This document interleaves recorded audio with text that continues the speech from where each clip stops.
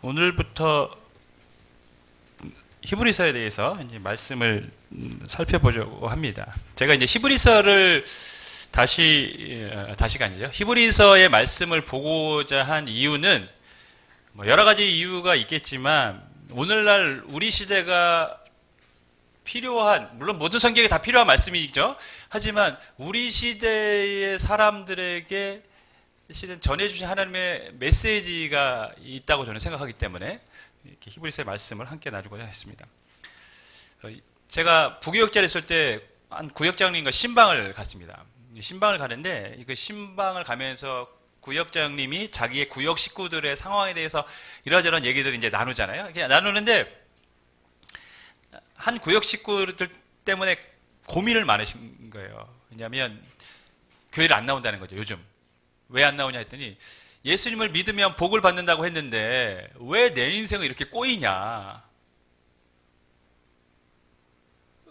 왜 내 인생은 이렇게 힘드냐? 난 하나님 믿을 수 없다 하고 교회를 안 나온다는 것이죠. 그래서 어떻게 해야 되는지 모르겠다고 자기가 저에게 이제 이야기를 하면서 구역 식구를 위해서 기도해달라 이렇게 부탁을 했던 것입니다.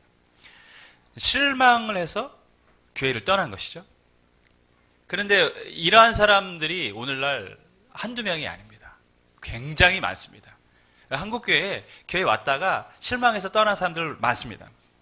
여러분 왜 떠날까요? 왜 신앙의 자리를 지키지 못하고 떠날까요? 가치를 모르기 때문이죠. 가치, 무슨 가치입니까? 믿음의 가치를 모르기 때문에. 예수님이 밭에 감추인 보화 비유에서 농부가 밭에 보석이 든 보화를 발견하고 나면 어떡합니까? 묻어두고 온 집에 있는 걸 다 팔아서라도 그 밭을 산다라는 것이죠. 그러니까 모든 것을 팔고 바꾸고서라도 그 보화를 포기하지 않는다는 거죠. 왜? 가치를 아니까. 그 보화의 가치를. 가치를 아는 사람은 포기하지 않습니다. 가치를 모르니까 포기를 하는 겁니다. 여러분, 왜 히브리서의 말씀을 들어야 하는가? 오늘날 많은 사람들이 믿음의 자리를 떠나갑니다. 여러 가지 원인이 있어요. 다양한 원인들이 있겠죠. 하지만 가장 근본적인 이유는 뭐냐? 가치를 모르는 거죠. 내가 믿고 있는 믿음의 가치. 가치를 알면 떠나지 않습니다. 그리고 그렇게 행동하지 않습니다. 모르니까 그러는 것이죠. 오늘 그래서 저희가 히브리서의 말씀을 배우려고 하는 이유가 바로 여기 있습니다. 히브리서는 우리에게 믿음의 가치가 무엇인지를 알려줍니다. 오늘부터 제 생각에는 올해 말까지 이 히브리서를 배우고 내년부터는 사도행전을 통해서 어떻게 하면 교회가 성장할 수 있는가에 대해서 함께 말씀을 살펴보고 싶습니다. 가끔 집이나 교회에 우편물이 올 때가 있는데 근데 우편물 중에 잘못된 게 올 때가 있어요. 받는 사람이 제 이름이 아닌 저희 집이나 교회의 이름으로 왔는데 이름이 틀려요. 그럼 어떻게 해야 됩니까? 때로는 뭐 과속, 주차 위반 이런 범칙금이 날라와요. 제 이름이 아닌 다른 사람 이름으로. 그럼 뭐 쳐다보지도 않아요. 왜? 제게 아니니까요. 또 어쩔 때는 제 이름으로 온 게 맞아요. 맞는데 보낸 사람이 전혀 제가 모르는 사람이거나 혹은 이상한 곳. 신천지에서 보낼 때도 있어요. 교회에 보면 신천지에서 책자를 보내요. 하나성문교회 강상호 목사님. 어떻게 제 이름하고 주소를 알았는지 그 자기네 책자를 보냅니다. 또 이단 교회에서 자기네 교리에 대해서 보내는 것도 있어요. 거기도 제 이름하고 교회 이름 정확하게 알고 보냅니다. 궁금해요. 어떻게 알고 보내는 것일까? 그러면 제가 어떻게 합니까, 여러분? 물론 저에게 온 거지만 보내는 사람이 이상해요. 그러면 뜯어보지도 않습니다. 바로 분리수거함으로 쳐넣습니다. 우편물에서 중요한 게 뭐죠? 보내는 사람, 받는 사람, 수신자가 누구냐? 그리고 왜 썼느냐가 중요한 것이죠. 히브리서는 서신서, 편지입니다. 그러면 뭐가 중요합니까? 보내는 사람, 받는 사람, 왜 썼는지가 중요하겠죠. 그런데 문제는 뭐냐? 히브리서는 보내는 사람이 누구인지 모릅니다.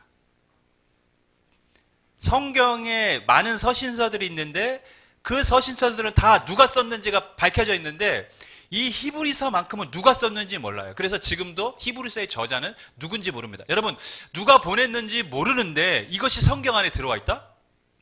좀 이상하지 않습니까? 누가 썼는지 모르는 글이 나에게 왔는데 그 글을 신뢰할 수 있습니까? 신뢰할 수 없겠죠. 그런데 히브리서는 성경 안에 들어와 있습니다. 중요하기 때문이죠. 그 내용이 너무 중요하기 때문에 성경 안에 들어와 있습니다. 그래서 2세기 동방 교부 중에 오리게는 이런 말을 했습니다.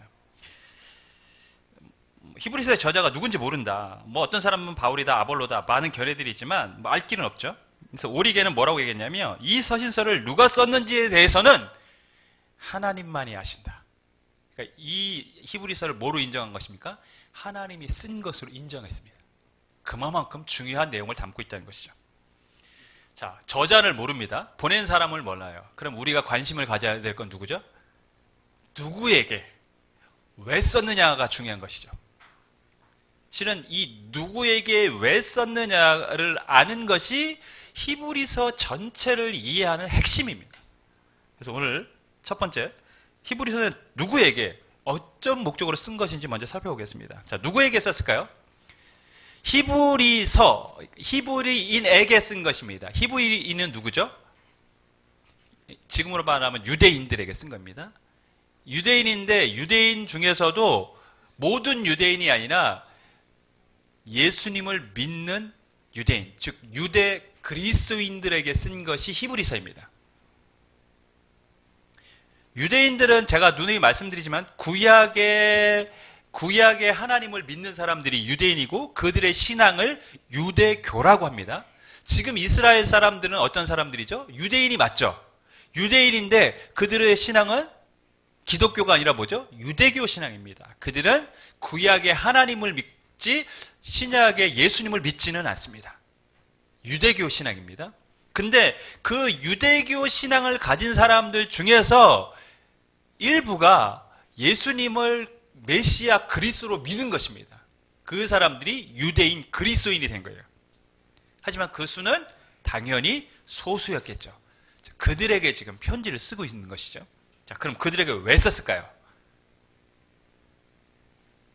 그리스도인으로 산다는 게 너무 힘들었기 때문에 쓴 것입니다. 유대인 그리스도인으로 사는 게 너무 힘들기 때문에 그들을 위해서 편지를 써서 격려하기 위해서 쓴 것이 바로 히브리서입니다. AD 64년에 로마의 대화재가 일어납니다. 우리가 잘 아는 것처럼 네로 시대죠. 네로는 원래 로마의 황제들은 신적인 존재 아닙니까? 그 당시 사람들에게. 그런데 엄청난 화재가 났어요. 신이 통치하는 도시에 화재가 났습니다. 신의 위상이 떨어집니다. 그죠? 그래서 어떻게 합니까? 이 화재의 원인을 누구에게 돌리냐면 그리스도인들에게 돌립니다. 그리스도인들이 방화를 저질렀다. 그러면서 박해가 시작이 됩니다. 엄청난 박해가 시작됐어요. 그리고 그 당시 기독교는 로마에서 인정하지 않은 종교입니다. 불법이에요. 그 상황에서 그러한 박해를 보았던 그리스도인들은 불법적인 신앙을 갖고 있는 것이고 또 언제 황제로부터 엄청난 핍박을 받을 수도 있다는 위기감, 두려움이 있었기 때문에 그들의 믿음이 흔들리기 시작합니다. 믿음을 포기해야 하는가? 그런 갈등이 그들에게 있었습니다. 두 번째, 유대인 그리스도인들은 유대 사회에 속해 있잖아요. 근데 유대 사회는 종교 중심의 사회입니다. 종교가 모든 국가의 중앙에 있습니다. 핵심입니다. 그러니까 유대교 신앙을 가진 사람들과 그렇지 않은 그리스도인들의 사이에는 굉장히 큰 차이가 있어요. 이 사람들은 이단입니다. 사회에서 차별합니다. 섞일 수도 없습니다. 또 심지어는 핍박까지 합니다. 로마 황제로부터 핍박도 받고 유대 사회에서도 유대교 신앙이 아닌 그리스도인이라는 이유로 핍박을 받는 것이죠. 이들의 삶이 너무 힘듭니다. 어떻게 했을까요? 다시 유대교로 돌아가야 하는가? 왜냐하면 유대교는 로마에서 인정한 합법적인 종교였거든요. 그러니까 그 당시에 그랬다는 것입니다. 나중에는 로마가 기독교를 인정하지만 그 당시에는 유대교는 인정했지만 기독교는 인정하지 않았어요. 그러니까 이들은 지금 불안하는 거예요. 언제 자신들에게 무슨 일이 일어날지 모르기 때문에. 그러면 신앙생활을 하려면 나라에서 인정하는 합법적인 종교인 유대교로 돌아갈까? 이러한 갈등이 당연히 있었겠죠. 그 사람들에게 너희가 믿는 믿음의 가치가 뭔지를 아느냐라고 펜을 들어서 쓴 것이 히브리서입니다. 요즘 한국의 교회에 대한 인식이 좋지 않습니다. 그죠? 아까 우리 이나 집사님 기도하신 것처럼 좋지 않은 정도가 어느 정도냐면 조금이 아니라 아주 좋지 않아요. 특별히 젊은 세대는 정말 싫어합니다. 젊은 시대의 기독교인의 비율은 굉장히 적습니다. 이 말은 무슨 말이냐면 기도의 내용처럼 앞으로 다가올 세대는 정말 믿음을 지키기 어려운 시대가 될 수 있다는 것이죠. 그 당시에 그리스도인들이 믿음을 지키기 어려웠던 것들, 유대사회에서 기독교인으로 사는 게 힘들었던 것처럼 앞으로 우리의 자녀들이 성장했을 때 그 다음 세대는 그들이 그리스도인으로 사는 것이 힘든 시대가 올 수 있다는 거죠. 그런 위기감이 있습니다. 그렇기 때문에 우리가 히브리서를 배우고 공부해야 되죠. 왜? 그 사람들을 위해서 쓴 성경이기 때문이죠. 여러분, 유대 그리스도인들이 기독교 신앙을 버리고 유대교로 돌아가려고 합니다. 자, 그러면 저자는 어떻게 해야 될까요? 어떤 방식으로 그들을 설득하고 그들에게 설명하고 이 신앙에 머물러 있어야 된다고 그들에게 권면할 수 있을까요? 히브리서의 저자는 비교라는 방식을 통해서 그들의 신앙을 바르게 세우기를 원했습니다. 유대교와 예수님을 비교하는 것이죠. 유대교 신앙이 좋은지 예수님을 믿는 게 좋은 건지 비교하는 것입니다. 그렇게 비교를 통해서 뭘 알려주냐? 첫 번째, 예수님의 우월성을 알려줍니다. 증명하는 것이죠. 유대교보다 예수님이 훨씬 더 우월하다. 홈쇼핑에서 어떤 물건을 팔 때 가장 많이 하는 쇼호스트들이 하는 방식이 뭡니까? 비교하는 것입니다. 타사의 제품과 지금 파는 제품을 비교하죠. 비교해서 어떻습니까? 가격 면에서, 성능 면에서 어떤 하다 우리께 더 월등히 좋다. 비교합니다. 가격, 성능, 그리고 덤으로 또 주고, 그것이 끝이 아니라 거기서 또 뭐까지 합니까? 여기서 몇 프로 또 할인도 해주고. 그래서 뭐를 말하고 싶은 겁니까? 지금 우리께 훨씬 더 좋은 거니까 뭘 하는 것이죠? 우리 걸 사라라는 것이죠. 그리고 지금 할인 기간이니까 이 기회를 놓치지 마라. 우월함을 증명을 하는 것이죠. 유대교와 예수님을 비교를 합니다. 그래서 뭘 말하고자 했을까요? 예수님이 얼마나 우월하신 분이신지를 설명하고자 했던 것이죠. 두 번째, 저자는 이 비교를 통해서 예수님이 유대교의 완성임을 증명합니다. 여러분, 풍경화를 그립니다. 제일 먼저 뭘 하죠? 구도를 잡고 스케치를 하겠죠? 스케치를 잘해야 좋은 풍경화가 물론 나오겠지만 그것이 전부는 아니라는 것을 저는 압니다. 스케치보다 더 중요한 게 뭐죠? 색칠을 잘해야 됩니다. 아무리 스케치 잘해도 색칠을 잘 못하면 의미가 없어요. 제가 초등학교 다닐 때 친한 친구가 있었는데 이름도 생각나요. 송별온이 순 한국말 이름이었어요. 그림을 되게 잘 그렸어요.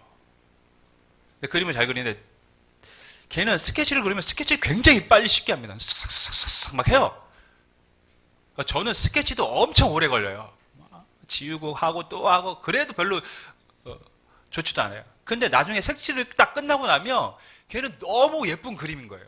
근데 저는 워낙 미술을 못했기 때문에 열심히 하고 막 안 되니까 또 하고 더 칠하고 막 이러다 보니까 어떻게 됩니까? 그림이 오히려 더 깨끗한 게 아니라 지저분해 보이는 거죠. 여러분, 그림의 완성은 스케치가 아니라 어디에 있습니까? 채색, 색칠하는 데 있습니다. 스케치가 좋은 풍경으로 가는 과정이지 그게 좋은 풍경화가 반드시 된다고 보장하지 않습니다. 히브리서의 저자는 유대교를 이와 같은 방식으로 표현을 합니다. 유대교는 뭐와 같다는 것이죠? 스케치를 한 것입니다. 유대교는 완성된 종교가 아니라는 것이죠. 미완성 종교라는 것입니다. 유대교가 지향하는 것, 유대교의 최종 목적은 뭡니까? 예수님을 향하고 있다. 그것을 구약의 제사 제도나 대제사장 직분을 통해서 비교해서 나중에 설명합니다. 그때 가서 자세히 말씀드리겠습니다. 그러니까 구약의 말씀, 구약에 기록된 성경 말씀을 가지고 그것이 무엇입니까? 완성이 아니라 예수님을 통해서 완성되는 것이다. 그러므로 유대교의 완성은 뭐라고요? 예수님이니까 유대교 신앙에 있는 것이 아니라 예수님 신앙에 머물러 있는 것이 옳다라는 것이죠. 자, 여러분이 만약에 제가 그린 풍경화와 제 친구가 그린 풍경화를 선택한다면 어느 걸 선택하겠습니까? 스케치는 잘 되고 채색이 엉망해서 지저분한 그림을 선택하시겠습니까? 아니면 채색이 잘 돼서 정말 예쁘게 보이는 아름다운 풍경을 그린 그림을 선택하시겠습니까? 뭐 너무나 당연한 것이죠. 채색이 잘 된 아름답게 보이는 풍경화를 선택을 합니다. 제가 다닐 때는 학교 다닐 때 미술을 그리고 나면 저희 때는 그랬습니다. 그 뒤에 공간이 있어요. 거기다 잘 그린 그림을 이렇게 붙여놨어요. 저는 6년 동안 한 번도 붙어본 적이 없어요. 제 그림이 정말로 어떻게 한 번도 안 붙을 수 있을까요? 6년 동안. 근데 제 친구는 매번 걸려요. 잘 그리니까. 여러분, 지금 히브리서의 저자가 그 말을 하고 싶은 겁니다. 유대교는 완전한 게 아니야. 미완성이야. 예수님이 완성이야. 그렇기 때문에 너희들이 선택해야 될 건 뭐라는 것입니까? 예수님이어야 한다는 것이죠. 절대 흔들리지 말라는 것입니다. 자, 그래서 히브리서의 저자가 1절부터 3절까지 처음으로 비교한 것이 있습니다. 첫 번째 비교한 것은 뭡니까? 1절 말씀 우리 같이 했습니다. 시작.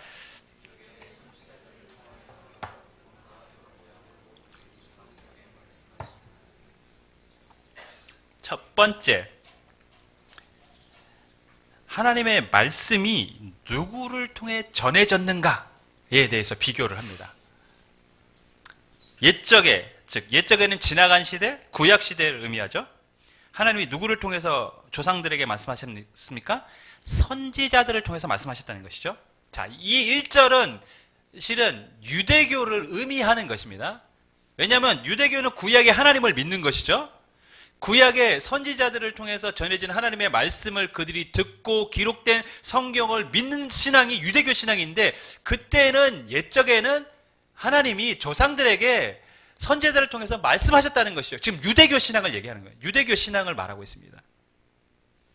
너희가 지금 그 말씀을 근거로 하나님을 믿고 있다는 것이죠. 그렇기 때문에 유대교에서 선지자들은 어떤 존재였을까요? 하나님의 말씀을 듣고 기록했습니다. 그들이 그것을 믿고 여호와 하나님을 믿고 있습니다. 어떻습니까? 굉장히 신적인 존재와도 같은 사람들입니다. 왜? 하나님의 말씀을 들었으니까. 물론 신으로 생각하진 않지만 그만큼 높였다는 것이죠. 선지자는 위대한 사람들이라는 것입니다. 그건 신약 시대의 이스라엘 사람들 의 대화를 통해서도 알 수 있습니다. 사마리아 여인과 예수님이 만났을 때 사마리아 여인에게 예수님이 너에게 지금 뭐 남편이 몇 명 있는데 그것도 네 남편이 아니다 뭐 이런 얘기를 했을 때 사마리아 여인이 깜짝 놀라잖아요. 그러면서 뭐라고 합니까? 당신은 선지자로서이다. 선지자는 뭔가 특별한 사람이라고 생각하고 있는 것이죠. 빌립보 가이사랴에서 예수님이 제자들에게 사람들이 나를 누구라 하느냐 물었습니다. 그때 제자들이 어떻게 대답합니까? 더러는 세례 요한, 더러는 엘리야, 어떤 이는 예레미야나 선지자 중에 하나입니다. 그렇게 얘기합니다. 무슨 말이냐면 유대인들은 지금 선지자라는 존재를 아주 특별하게 생각하고 있다는 것이죠. 왜? 하나님의 말씀을 듣고 기록한 사람들이기 때문에. 그러니까 유대 사상에서는 선지자를 높이는 경향이 있었다는 것을 우리는 알 수 있습니다. 유대교에서는. 자, 그런데 지금 히브리서 저자는 이제 선지자와 누구를 비교합니까? 아들을 비교를 합니다. 2절 말씀 우리 같이 읽습니다. 시작.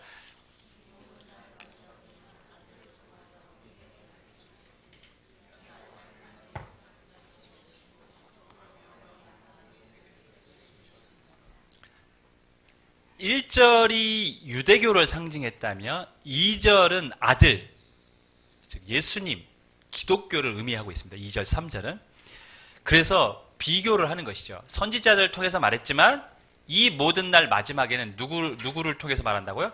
아들을 통해서 말한다는 것이죠. 그러면서 비교를 시작하죠. 자, 이 모든 날 마지막, 물론 옛적이라는 말이 구약을 의미했다면 이 모든 날 마지막은 지금의 시대 신약을 의미하기도 합니다. 하지만 의미적으로 보면 이 모든 날 마지막에는 마지막이라는 거죠. 예수님이 마지막에 와서 말씀하셨다는 겁니다. 그 말은 뭐냐면 예수님이 최종 말씀을 신학적으로 표현하면 계시자라는 거죠. 구약에는 하나님이 선지자들을 통해서 말씀하셨지만 그것은 완성된 게 아니고 이제 최종 계시자인 누가 와서 예수님이 와서 마지막 날에 말씀하셨다는 것이죠. 그러므로 더 이상의 계시자가 있다 없다? 없다라는 것입니다. 이슬람에는 모세를 첫 번째 선지자, 하나님의 말씀을 전한 사람, 예수님을 두 번째 선지자, 그리고 마호멧을 최종 선지자라고 얘기합니다. 그러니까 마호멧이 최종적으로 하나님의 말씀을 받아서 전한 사람이다. 그래서 마호멧의 코란, 그 경전이 가장 최고의 뭐라 그럴까요? 법적인 힘이 있다고 할까요? 최종적인 것이에요. 코란의 말씀을 따르는 거예요. 왜? 최종 계시자이기 때문에 마호멧이. 그러나 성경은 그렇게 얘기하지 않습니다. 이 모든 날 마지막에 아들을 통해서 말했습니다. 즉 아들이 마지막 날의 최종 계시자입니다. 그렇기 때문에 과거에는 선지자들을 통해서 말했지만 지금 마지막에는 아들을 통해서 말한다는 것을 통해서 아들이 전해진 말씀이 더 뭐하다는 것이죠? 우월하다, 더 뛰어나다는 것입니다. 더 의미가 있다는 것이죠.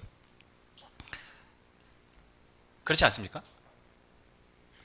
과거의 기술이라는 것도 과거에 막 이렇게 발전이 돼서 지금의 뭐 286 시대, 386, 486 막 이렇게 올라왔잖아요. 컴퓨터라는 것도. 근데 과거의 기술을 논하면은 실은 그때는 그게 정말 최고의 것이면 지금 얘기하면 그건 아무것도 아니거든요. 뭐 그런 비유가 될 수 있는 거죠. 옛적에는 그랬지만 그거는 미완성이라는 것이죠. 자, 또 계시 전달의 방식, 좀 어려운 표현이에요. 제가 이 표현을 좀, 그러니까 어떤 방식으로 하나님이 말씀을 전했는가, 선지자들에게는 보면은 여러 부분과 여러 모양으로 이렇게 말씀을 전하셨다고 기록을 합니다. 그러니까 선지자들은 말씀을 전했는데 한 선지자가 한꺼번에 모든 것을 다 전한 것은 아니라는 것이죠. 다 부분 어떻게 했다는 것이죠? 전했다는 것이죠. 이게 중요합니다, 여러분.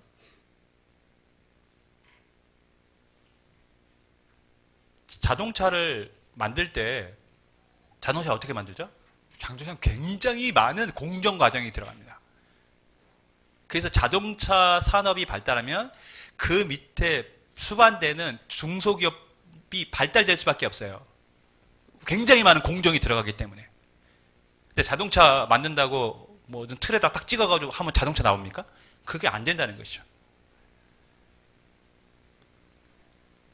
뭐 디자인, 프레스, 뭐 도세, 그 다음에 그 안에 들어가는 뭐 엔진, 뭐 배기, 핸들링, 뭐 이런 뭐 바퀴, 뭐 다 해야 되는 그 모든 과정을 다 조립하고 가지고 나중에 검사까지 해야 완성된 자동차가 나오죠. 자, 그러면 여러분 어떤 사람이 자기가 엔진을 만들었다고 해서 가장 핵심적이죠, 자동차에. 내가 자동차를 만들었다라고 말할 수 있습니까? 그 사람은 자동차에 뭐만 만든 거죠? 일부분만 만든 거죠.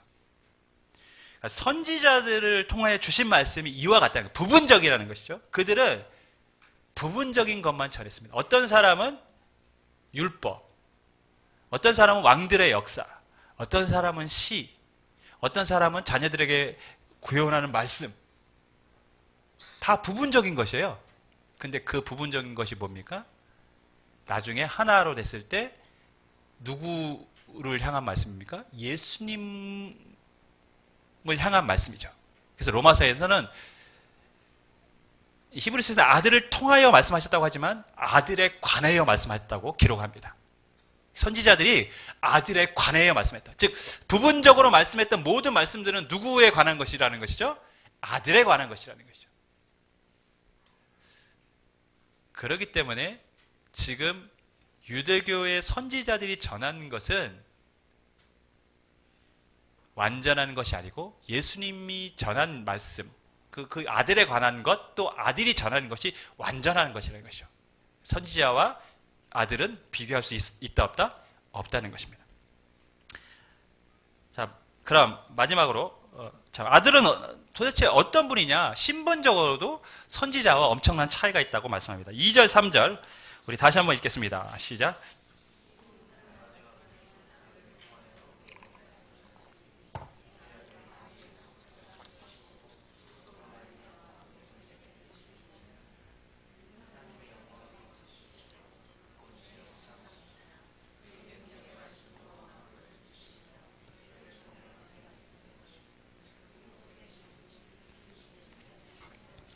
아들이 누구냐? 선지자와는 차원이 다른 분이라는 거죠. 첫 번째, 만유의 상속자.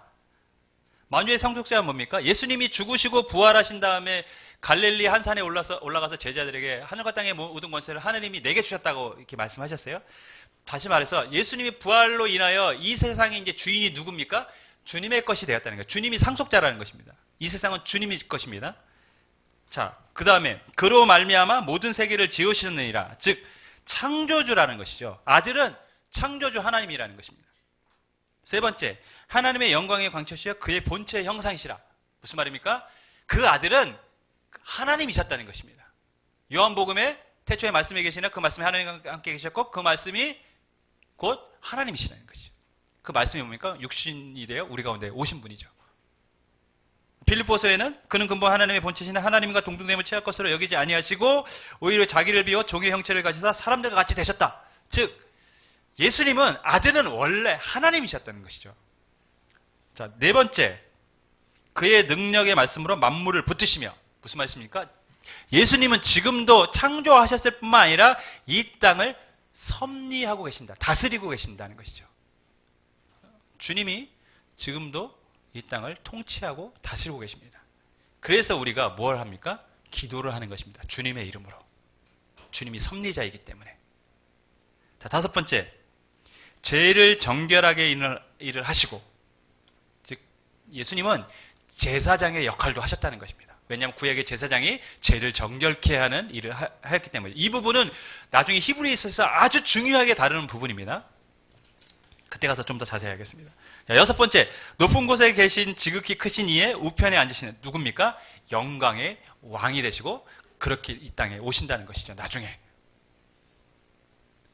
아들은 선지자들과 다릅니다. 유대인들은 선지자들을 굉장히 높였는데 아들은 차원이 다른 분이라는 것이죠.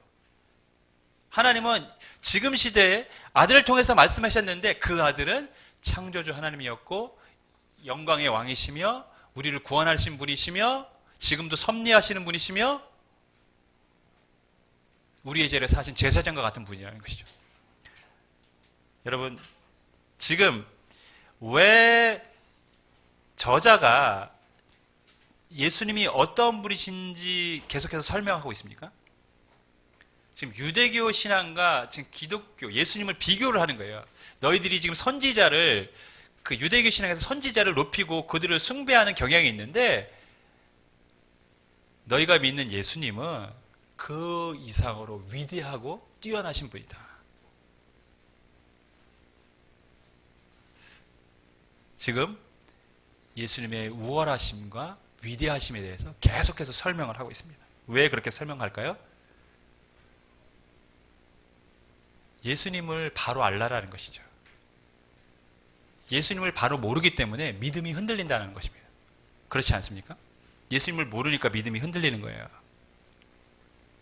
예수님을 바로 알면 믿음이 흔들릴 리가 없죠. 그분이 어떤 분인지 아는데 믿음이 흔들릴 수가 있습니까? 그건 불가능한 거죠. 바로 알라라는 거죠. 제가 말씀을 이제 준비하면서 갑자기 후회되는 일이 하나 생각이 났어요. 얼마 전에 제가 말씀드렸는데 부천역에서 하나님의 교회 여자 성도가 저 가는데 하나님 어머니를 아십니까? 하고 저를 따라 붙고 오더라고요, 저한테. 그래서 제가 귀찮아가지고 그냥 아무 말 안 하고 그냥 갔어요. 날도 덥고 서서 얘기하기도 힘들고 하니까. 근데 제가 이 설교를 준비하면서 그때 생각이 갑자기 나면서 내가 그때 그 사람 붙들고 말씀을 가르쳤어야 되는데 이런 생각이 드는 거예요. 여러분, 왜 그 사람들이 잘못된 길에서 벗어나지 못하고 그것을 믿고 있습니까? 예수님이 누군지 모르기 때문인 거죠. 예수님이 누군지 모르니까 하나님 어머니라는 이상한 말을 하는 거예요. 그래서 제가 다짐을 한 게 있어요. 설교를 준비해요. 다음에 부천역 가서 만나면 저도 한마디 해야겠다. 성경을 아십니까? 성경을 아십니까? 그 갈라디아서의 하나님 어머니 예루살렘은 나의 어머니라 그들이 주장하는 그 말의 의미를 아십니까? 제가 이제 설명하려고요. 그래서 제가 부천역에서 어슬렁거리면 그런지 알고 계십시오. 그 목적 때문에 어슬렁거리고 있다. 그렇게 알고 계시면 됩니다. 여러분, 유대인 그리스도인들이 왜 흔들렸을까요? 물론 고난이라는 핍박이라는 환경적인 요인이 가장 컸습니다. 하지만 그들이 고난을 이기지 못했던 이유가 있어요. 그래서 유대교로 돌아가려고 흔들리는 이유가 있습니다. 결론은 예수님을 잘 몰라서 자신이 믿고 있는 믿음이 어떤 의미와 가치가 있는지 그들이 정확하게 인식하지 못하고 있기 때문입니다. 내가 믿는 믿음의 가치를 알면 절대 포기하지 않습니다. 아까도 말씀드렸던 것처럼 밭에 감추인 보화가 얼마나 귀한 것인지를 알면 세상 것 다 팔아서라도 그거 포기하지 않습니다. 그게 믿음이고 천국의 가치입니다. 지금 히브리서 기자는 그 말씀을 하고 있는 거예요. 예수님이 어떤 분이신 줄 아냐? 너희가 그분을 믿고 있는 거야. 그 믿음의 가치를 알아야지. 여러분, 우리 히브리서를 통해서 예수님을 조금 더 알아가고 믿음의 가치를 우리가 알고 그럴 때 바른 신앙을 하게 될 줄 믿습니다. 그렇게 될 수 있기를 주님으로 간절히 축원하겠습니다.